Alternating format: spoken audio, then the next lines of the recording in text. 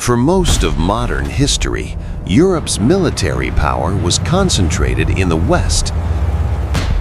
Countries like France and Germany dominated the continent's strategic thinking, industrial strength, and military planning. Eastern Europe, by contrast, was often seen as a buffer zone, a region shaped more by conflict than control. But in the early 21st century, something began to change. Slowly at first, and then all at once, the center of gravity in Europe started shifting eastward. At the heart of that shift was Poland. Poland is not just another European country. Its geography has always defined its fate. Positioned between Germany and Russia, it has historically been a corridor for invasion. Armies have marched across its plains for centuries, leaving behind destruction, occupation, and hard lessons. Poland disappeared from the map entirely in the late 18th century. Partitioned by stronger neighbors, even in the 20th century, it became the first victim of World War II, attacked from both west and east. These experiences left a deep imprint on the Polish strategic mindset. Unlike many Western European nations that grew comfortable in long periods of peace, Poland never fully trusted the idea that history had ended. After the Cold War, however, Poland followed a familiar European path. It reduced its military, integrated into NATO, and focused more on economic growth than defense expansion. Like many of its neighbors, it assumed that large-scale war in Europe was unlikely. Defense budgets were controlled, modernization was gradual, and the emphasis shifted toward cooperation rather than confrontation. For a time, this approach seemed reasonable. Europe was stable, NATO was strong, and the threat of major conflict appeared distant. But beneath the surface, Poland remained cautious. Its leaders understood something that others often overlook. Geography does not change, and neither do long-term strategic realities. While Western Europe leaned into diplomacy and economic interdependence, Poland quietly maintained a more serious view of security. It invested steadily, even if not dramatically, in its armed forces. Still, nothing about this period suggested what was about to come. The turning point arrived in 2022, when Russia launched a full-scale invasion of Ukraine. For many countries, this was a shocking and unexpected event. For Poland, it was something else entirely, a confirmation of its deepest fears. The war was not just happening nearby, it was happening right next door. The images of tanks crossing borders, cities under bombardment, and millions of refugees fleeing westward were not abstract geopolitical developments. They were immediate, real, and dangerously close. Almost overnight, Poland's strategic calculations changed.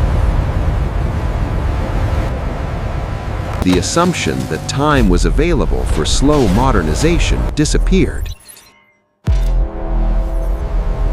In its place came urgency, a clear understanding that military strength could no longer be built gradually over decades. It had to be created quickly, decisively, and at scale.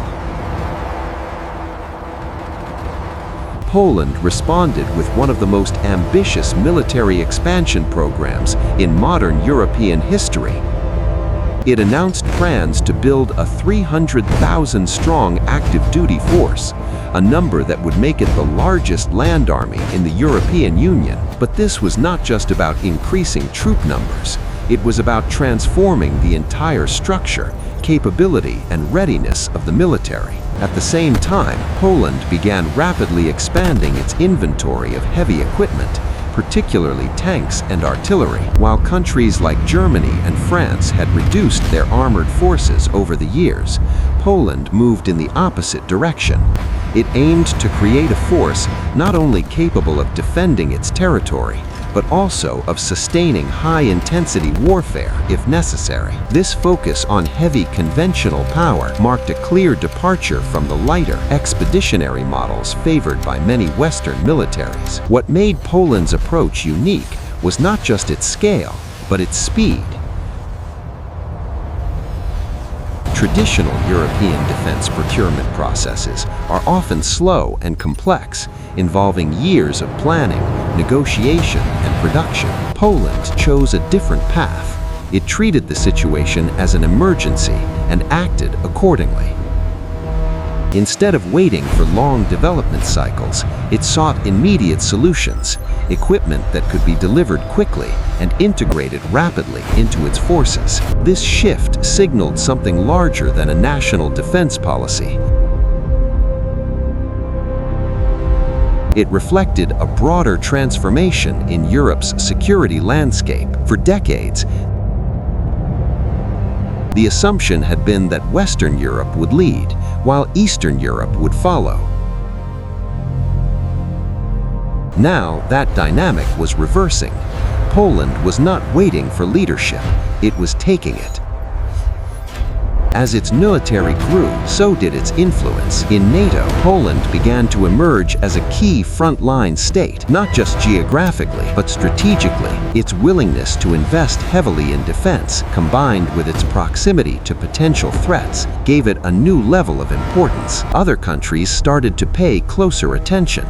The idea that security in Europe could be guaranteed without strong Eastern defenses was no longer convincing. At the same time, Poland's actions raised important questions about the future of the continent. If one country could expand its military so rapidly, would others follow? Would this lead to a broader rearmament across Europe? And what would it mean for the balance of power within NATO and the European Union? These questions did not have immediate answers, but one thing was clear: Poland had changed the conversation. It had demonstrated that military power still mattered, that geography still mattered, and that preparation could not be postponed indefinitely. By the end of this initial phase, Poland was no longer just a country reacting to events. It was shaping them. Its decisions were influencing not only its own security, but also the strategic direction of Europe as a whole.